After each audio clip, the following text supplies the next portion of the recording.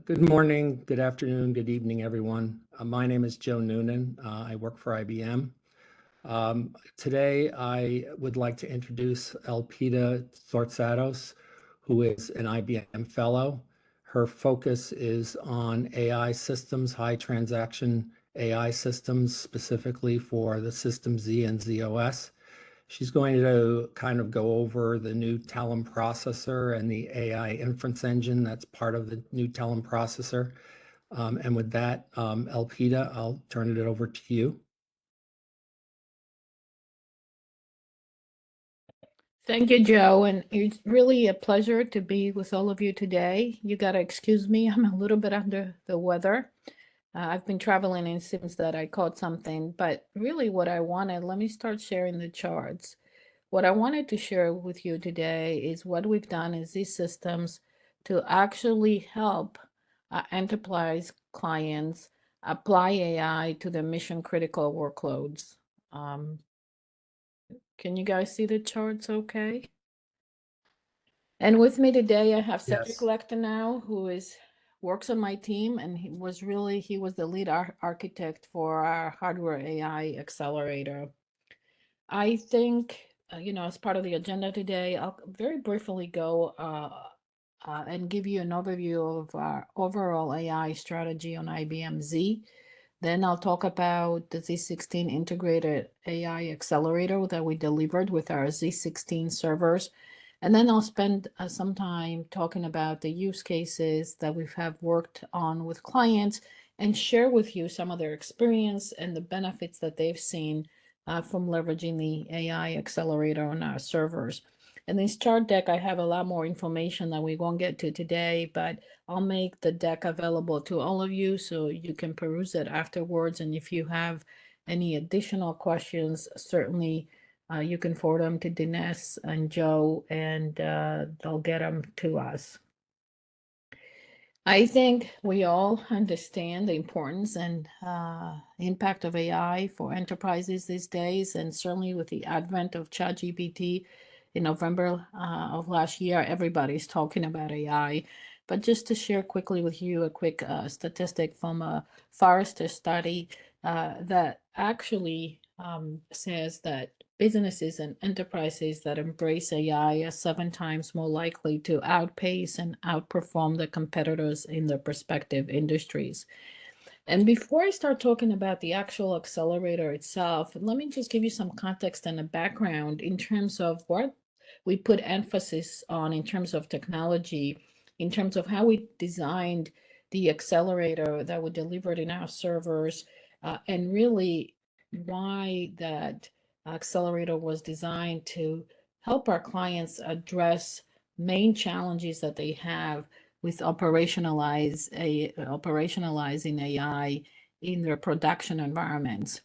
We've done a lot of research and conducted a lot of surveys, and we asked clients across the globe, really, both our own IBM Z clients, but also non-Z clients, in terms of what their main challenges were with being able to very easily consume AI into their enterprise workloads.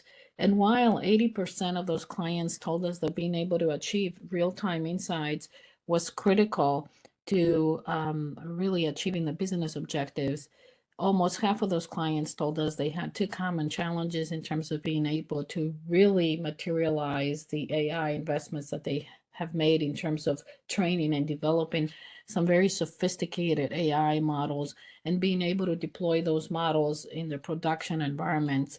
And those challenges were, number one, being able to actually embed AI into their existing systems and applications without having to re-architect those systems and refactor those applications.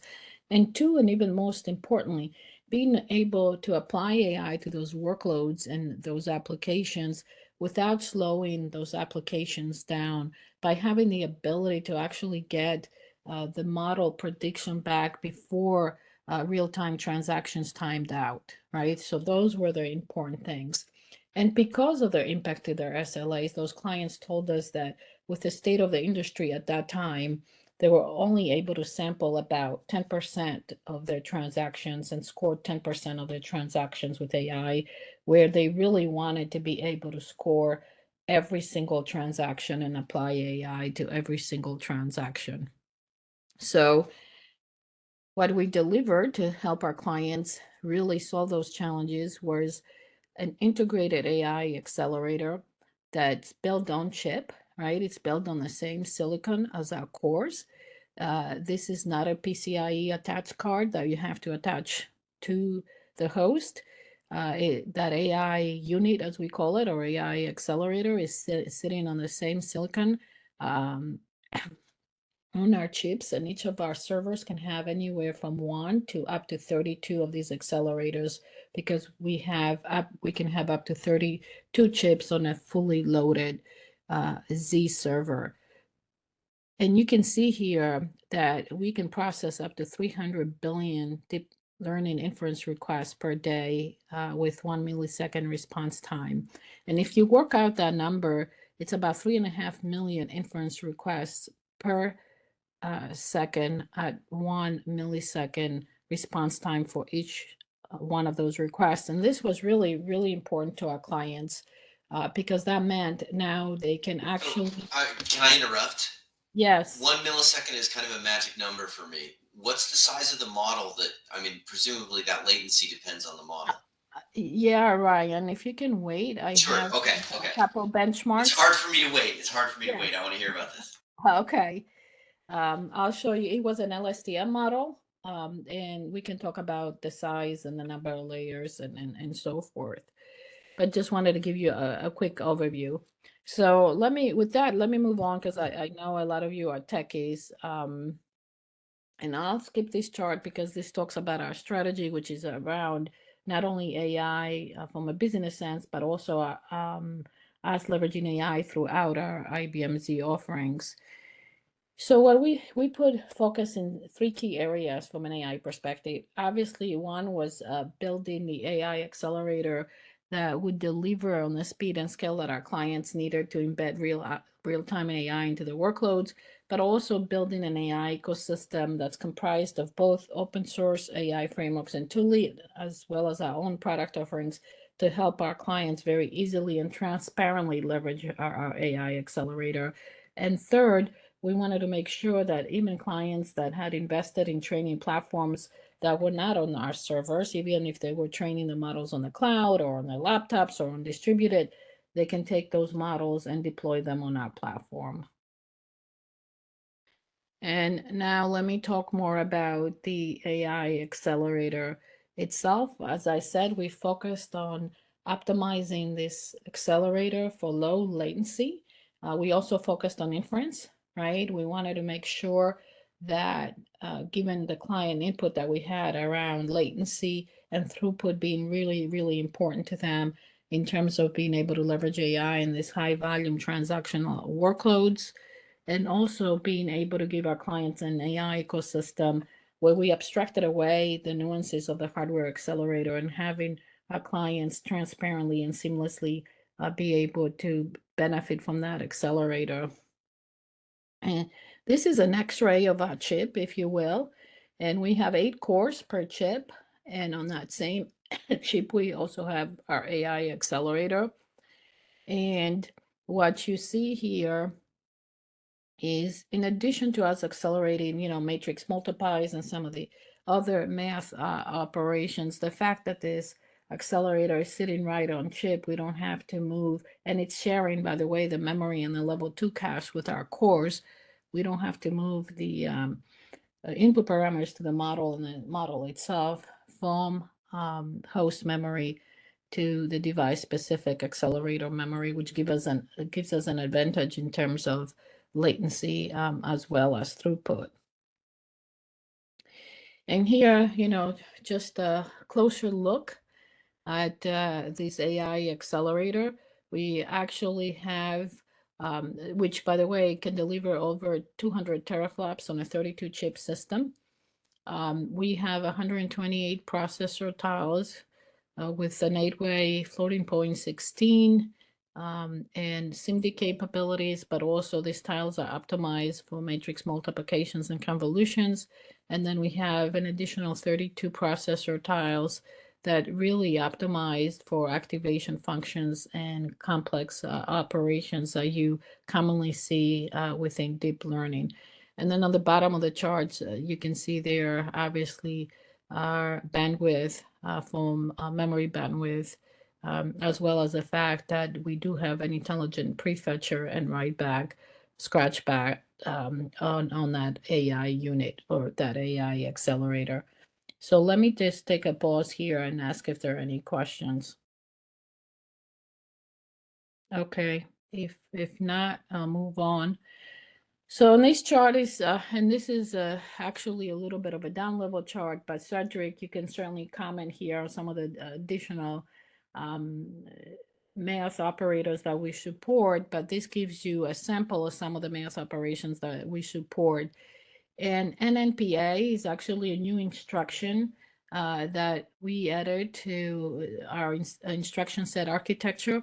It stands for Neural Processor Assist, Neural Network Processor Assist, and then it actually includes a function code depending on the math operation that we want to perform, like element-wise add or element-wise max, and you can see the ReLU, and you can see some, as I said, some of the operators that we support here. From an ecosystem support, we have optimized our servers for our SIMD vector capabilities, but also for our AI accelerator. So we provide a library that comes with all the operating systems that we support on our platform called zDNN. You can think of it as analogous to the cuDNN library. And it comes with our ZOS environments where a lot of our clients run a lot of the banking and financial services and enterprise workloads, as well as with the Linux distributions that we support on our servers, including Red Hat, SUSE, and Ubuntu. We also delivered our own IBM deep learning compiler that can take any model in the ONNX format, compile it, and generate a Z-optimized inference engine, if you will, a program that would leverage the AI accelerator on our servers. In addition to that, my team has instrumented TensorFlow. We have built a backend device plugin to TensorFlow so that if we provide our clients with a TensorFlow container image, and they can deploy the models the same way they do it on any other platform. And if TensorFlow is running in one of our servers that supports the AI accelerator, it will leverage that accelerator as well. And a little bit about how the magic happens.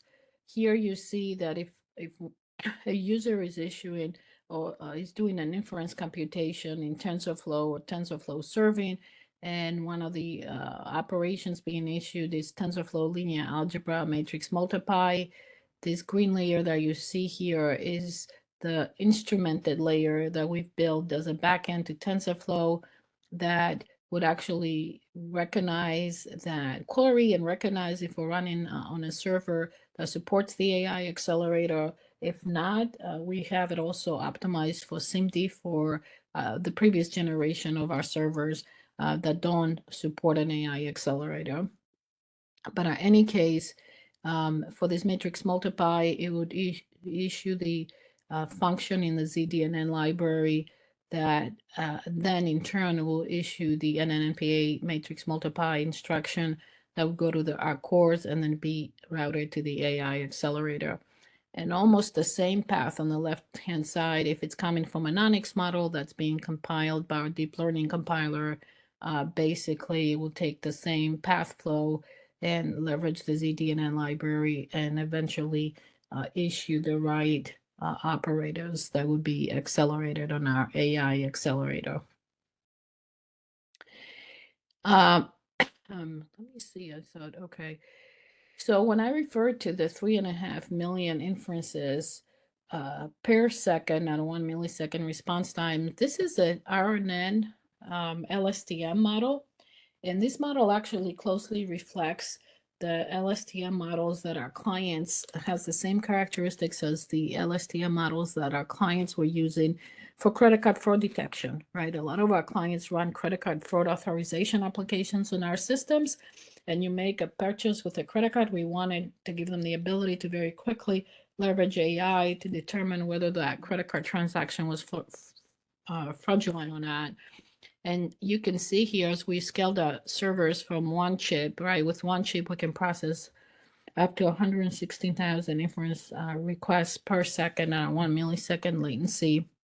And then as we scale the server up to 32 chips, we can go up to 3.5 million inferences per second at 1 millisecond latency. And I don't see the input parameter size, the size of the model here. Cedric, can you help me out? I thought we had it here in terms of the size of the model. Yeah, it's a 2-layer bidirectional LSTM model with a single-digit million parameters. Does that answer your question, Ryan? Yeah, that's great. That gives me a good scale. Thanks. Yeah. Okay, let me go back to this other chart. And this was, and Cedric, it would be good for next time to have that information on the chart. I want to make sure I don't get it wrong because I know we've benchmarked quite a few models. And I assume the single-digit million is closer to 1 than it is to 10. Correct, yes. Okay.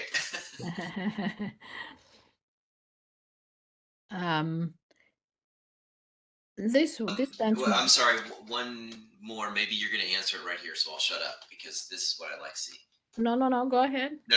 I think you're answering it with this plot. The question Okay. I had was about the reduced latency for lower number of inferences per second.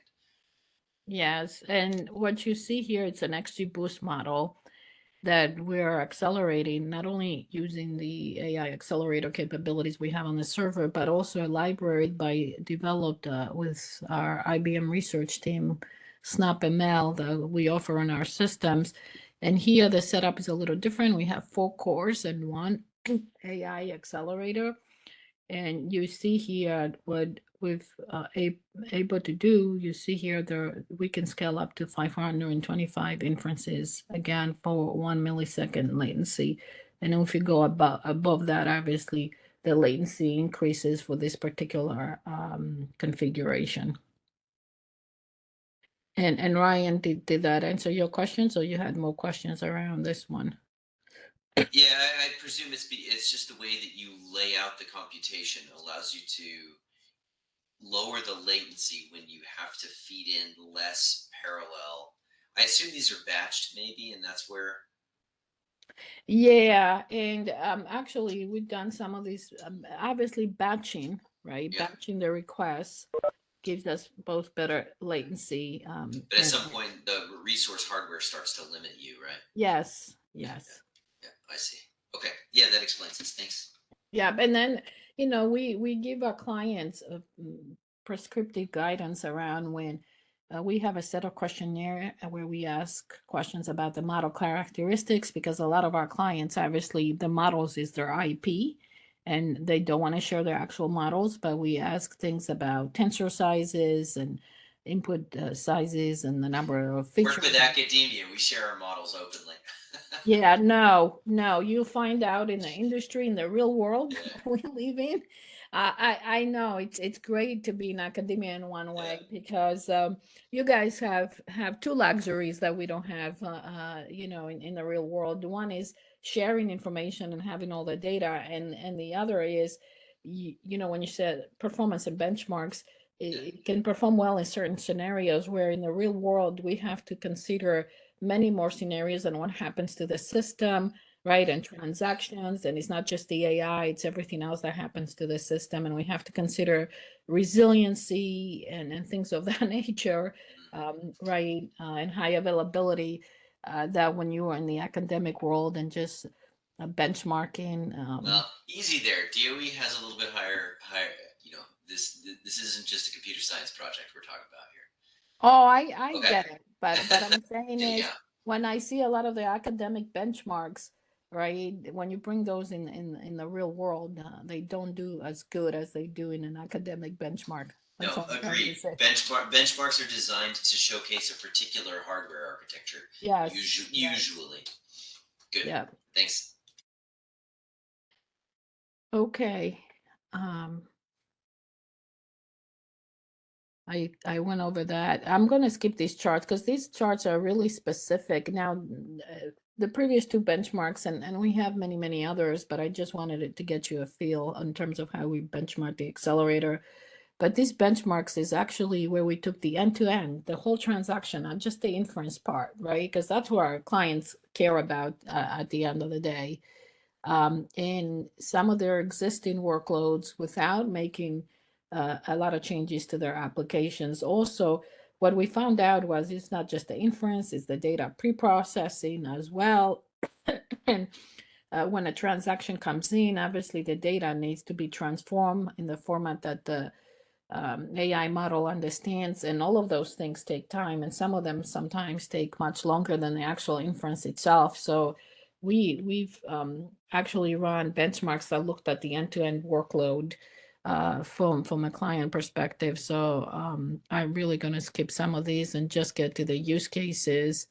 I'm going to skip this ecosystem charts as well. Are you guys familiar with Onyx? Because we put a lot of inference for Onyx, especially for model portability. I said earlier that our clients could bring your own models to Z, right? They don't have to necessarily train them on Z. And from an enterprise perspective, we have a lot of clients that obviously model training environments have different characteristics than the environment where the model is going to be deployed in. And we really made significant investments in Onyx, and we participate in the community, and as well we have strong representation in that Onyx community, and then obviously being able to take these Onyx models and leverage a deep learning compiler to generate an executable inference program that's optimized for our AI accelerator. I talked about how we instrumented TensorFlow for our AI accelerator. And let me just, 1 second here, go to the actual use case charts in the deck.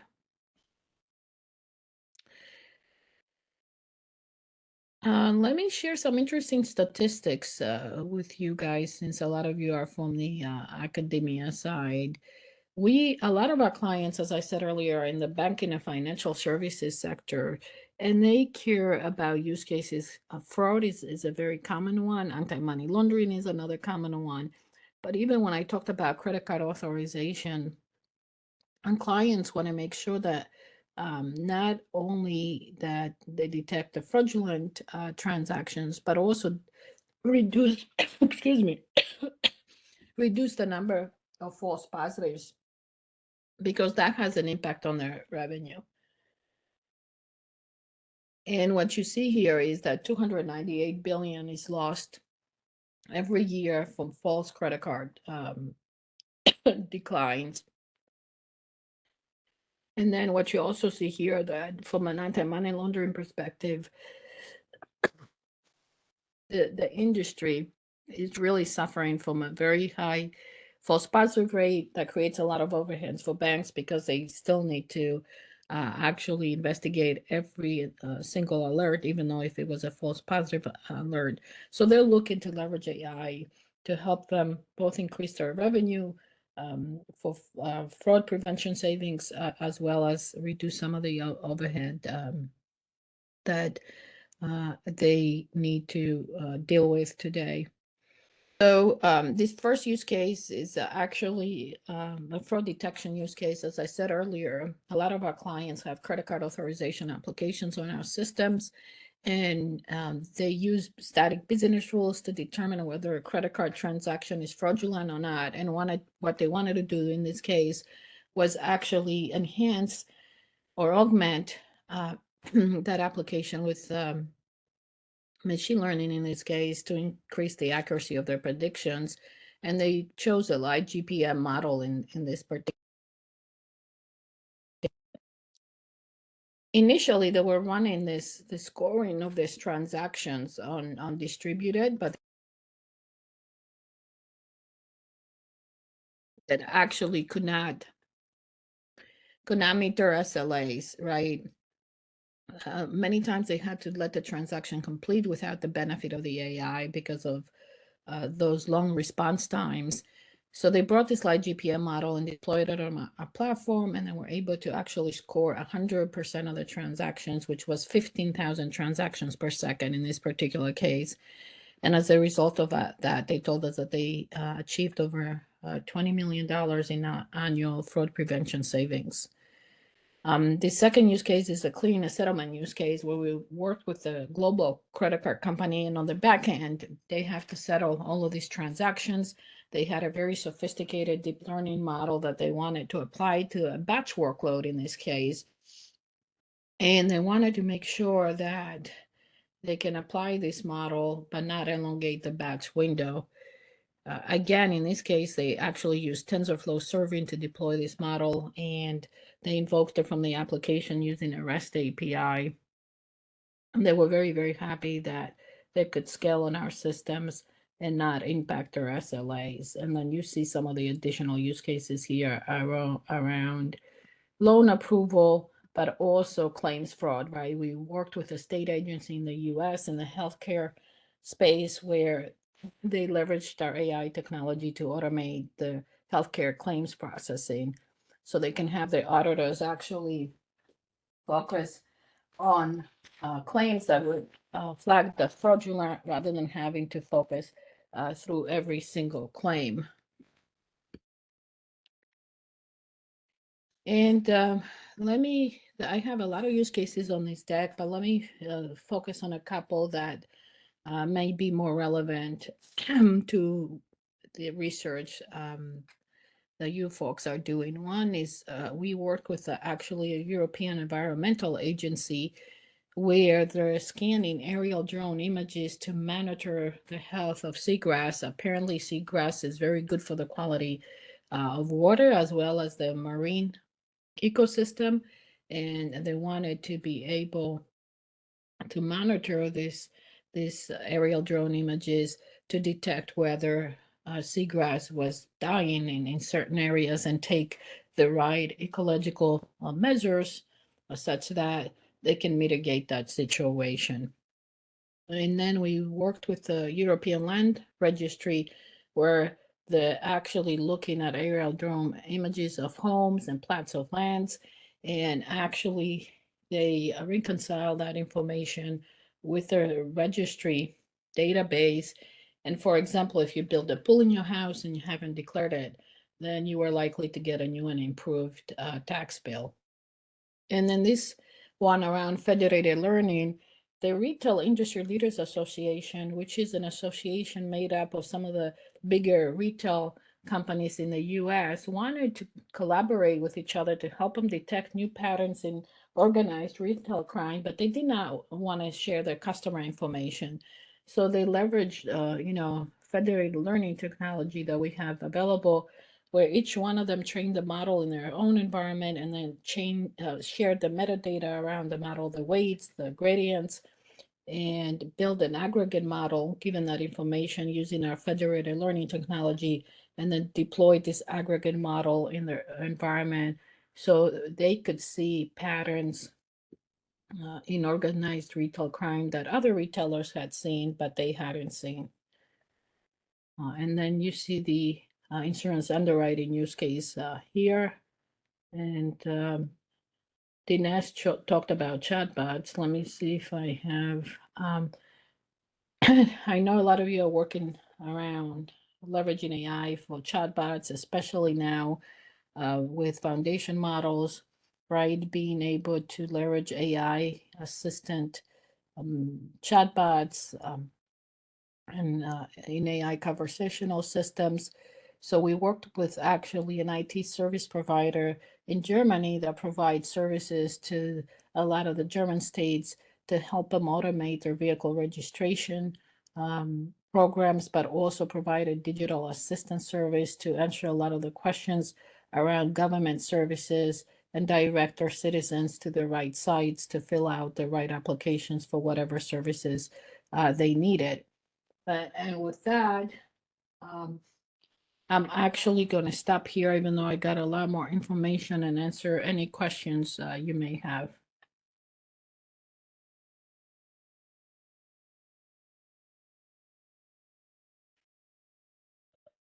Folks, if you have a question, just come off mute. Good evening. How you doing? Wonderful presentation. I really enjoyed it. I have a question centered around. I think there's a partnership between IBM and Esri that was announced, and the reason I'm asking that question is I wanted to see at what depth the geospatial use of data. I mean, I saw your European Union, but I was wondering, had Esri put a footprint to doing anything in this area at this time?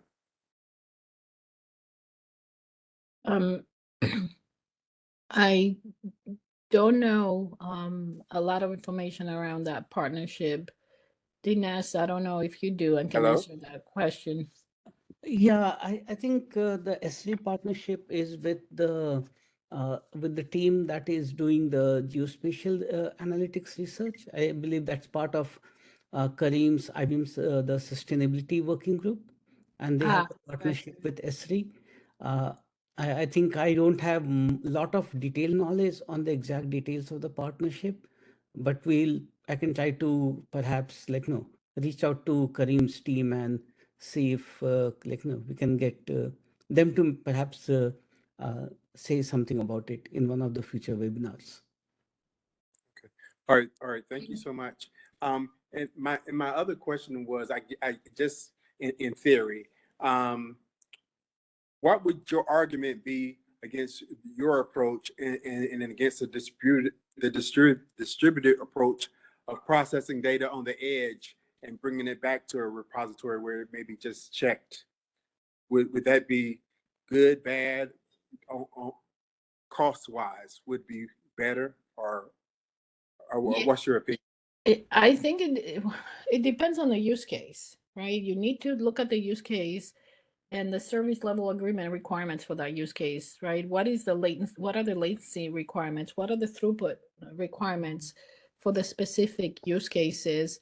And for our clients, right, and our servers, we have the best scale up servers in the industry. I know there's a lot of scale out servers in distributed, but since our servers can really scale up, from a latency perspective, latency and security are the two reasons why our clients prefer to do AI inference on our systems and on-prem, by the way. As I said earlier, when we look at the bread and butter of our customers and our use cases are around banking and finance use cases in the regulated industries, where also data locality and data residency laws are very strict as well. And our clients being able to do AI on-prem on their own servers, as well as latency, as I said earlier, all of the world's transactions run on our servers. Just about every credit card transaction, right? All the credit card companies, a lot of the airlines, every time you book a ticket. In addition, a lot of the banks running their core banking systems. So when we built this accelerator, the way we designed it and what influenced the design was the use cases that we wanted to go after and excel at.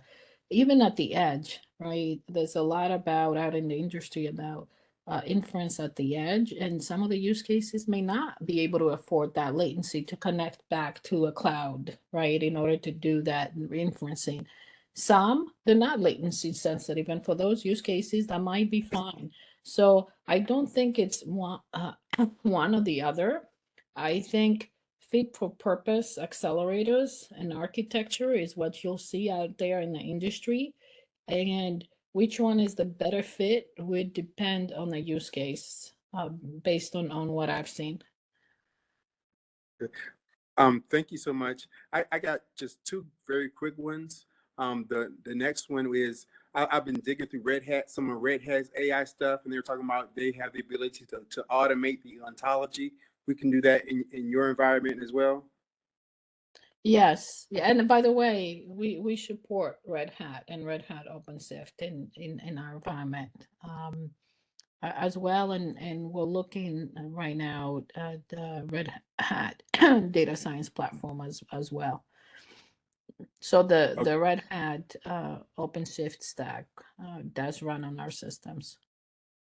Okay, because yeah, I was looking at the Open Data Hub, and it was talking about its data lakes, and that's what I'm very interested in, the geospatial data, because the geospatial data can be a little quirky, but that's probably another conversation.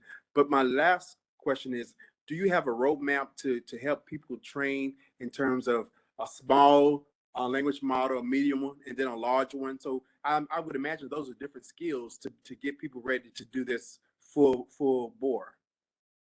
Absolutely. And when we look at large language models and foundation models more broadly, we really, from a server's perspective, we see customers fine-tuning and obviously deploying foundation models on our platform.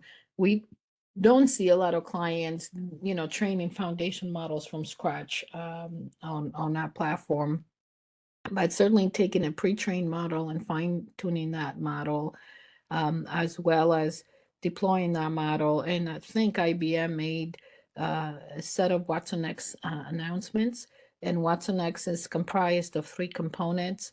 watsonx.data, that includes tooling to help our clients cleanse and deduplicate, as well as remove profanity and malicious information from training data sets. And also it provides a data repository, if you will, in terms of a lakehouse offering that we have for being able to do AI. And then watsonx.ai provides an end-to-end studio where our clients can train, fine-tune, and also deploy foundation models. And our clients can choose from a curated catalog of pre-trained foundation models that we provide, including models from Hugging Face. We also announced a partnership with Hugging Face. And watsonx.governance provides a whole set of governance capabilities around AI explainability, AI transparency, mitigating bias, and so forth.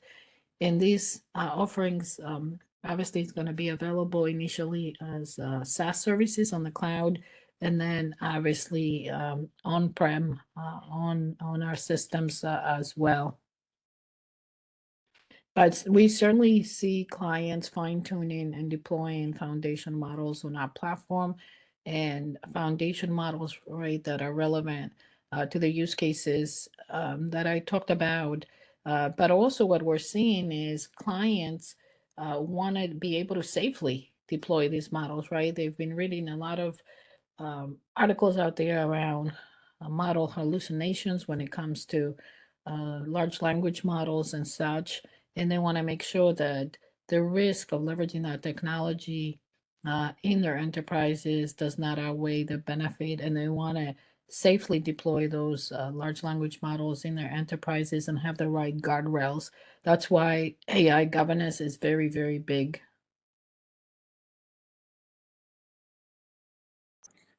Thank you so much. Thanks. And for the watsonx AI models, is it like something this platform has been leveraged, or this is that something? So we have that is a start, and we do have watsonx models that we're running on our platform. Obviously, the official offering won't be available on our platform till sometime in the near future.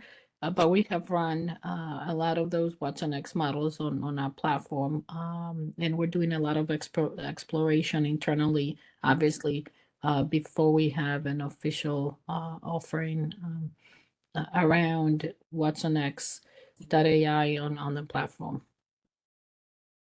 We've run, many GPT-like models, if you will, BERT, and a lot of the BERT variation type of models, T5, and many, many, many others. Mm-hmm. Yeah, thanks.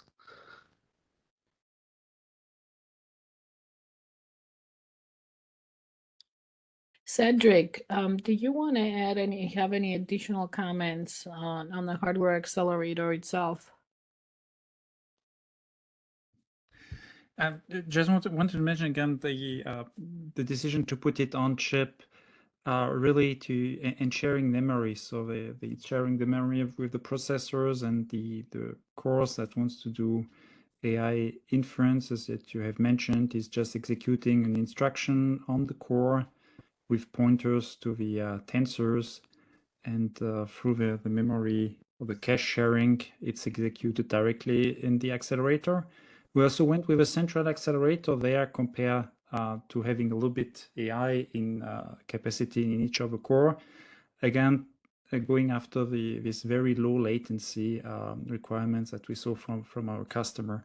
That's why we decided to centralize all the compute power in one place, so that we can run this AI with very low latency, while a lot of the core in the system are not just doing, again, AI, but are really taking care of the transaction, just like Elpida mentioned, end to end. So now that I'm going to take a question here. The cache sharing, question number one, is this going to impact if we set up things that do like secure compute? Say I want to set up a trusted execution environment. Is that going to encapsulate the whole? Can I encapsulate the shared cache inside the trusted execution environment such that effectively the whole of the process can be executed inside a trusted environment? Have you thought about that, or is that something that's on your radar? Yes, we definitely thought about that, and you can run the model within your secure execution context. Again, and you have applying the same privacy and security as you have running on the core. We are also doing that running on the accelerator. Yes. Okay, that's great. And then another sort of, I guess, technical-ish question. If I assume that I can fit my whole model on one of the cores and you've got 8 per chip, does that mean that if I want to effectively do quote unquote batch size 1 inferencing, the real limit is a batch size of 8 per chip, and that would then give me the lowest latency, assuming my model fits inside the resources for a single core? So the core is not really running the inference itself. It's really the AI accelerators. In this AI accelerator, we have a systolic array with actually 8 rows internally. So if you want 8 is definitely a number that you want to have at least as minimum batch size if you want to use the hardware to its full extent. That's absolutely correct. There's also, of course, a little bit overhead when you start the accelerator because the core is transparently starting the accelerator. So using a little bit larger batches gives you further advantage to amortize the startup time. If more than one core at the same time wanted to run AI, so inference jobs, this is, of course, possible. The accelerator will always use time slices and be fair, and every one of your inference process or your core that wants to access the accelerator will get it for a certain amount of time, and then we will let the next one get access to it. So ideally, you're using each of your models. Say you're doing ensembling or something. You want to do an ensemble of 8 different models to do some uncertainty quantification. Then I could run each of those models with a different core, but it would be time sliced on the AI engine. And so if I have very disparate latency times for each of the models, that could get confusing, or does it handle that smartly? Sorry, you will get time slices, just like you mentioned. Currently, there's no prioritization at the low level. You can have prioritization in the software to take care of that. Of course, in your case, it would be a good idea to move some of this process to other chips so that you can use the accelerator located on each chip to run in parallel, basically. And the zSystem is a very high bandwidth between chips, allowing really to have Yeah, also this was a these 600 running. plus, right? Gigabytes per second between chips, right? The 600 plus was between the within the accelerator, between all the engines which are there. The fabric has some 300 plus bandwidth still, which is of course enough, especially if you have your weights placed locally. We are doing, of course, prefetching of the weights. When you do, for example, matrix multiplication, the pattern is very well known what data you will access next. And so we can take advantage of all of this as this is running in hardware at low level. Got it. Cool. Thank you. Right.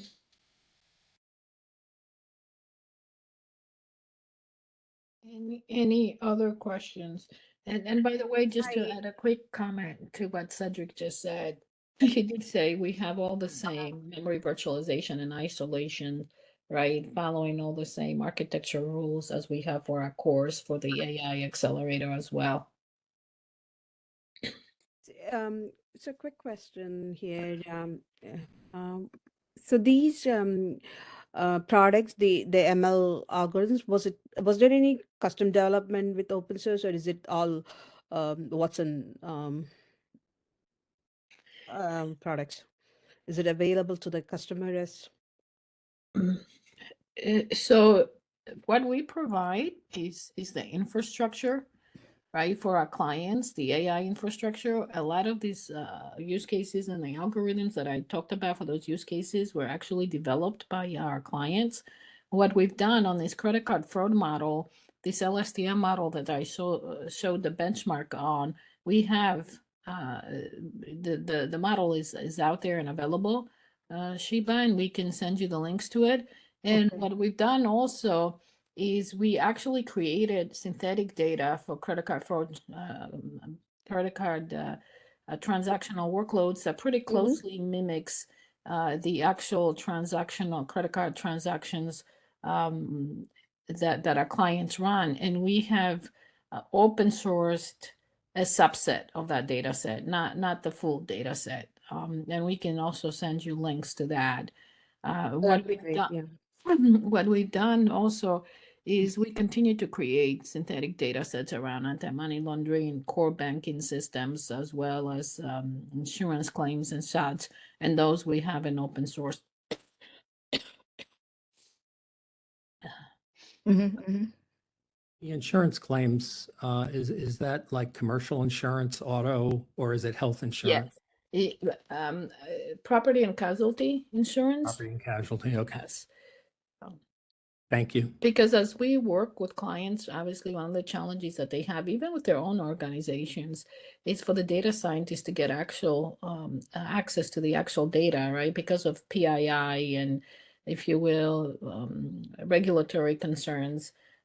So in order to help some of those clients to actually get ahead, starting training their models, and because we work with our clients, by the way, I said earlier, they never give us their models. They also never give us their data, but we have discussions with them around the schema of that data, right? And based on that information, as well as generally available information out there, we create these synthetic data sets that, as I said earlier, pretty closely mimic the actual data sets for those specific application domains.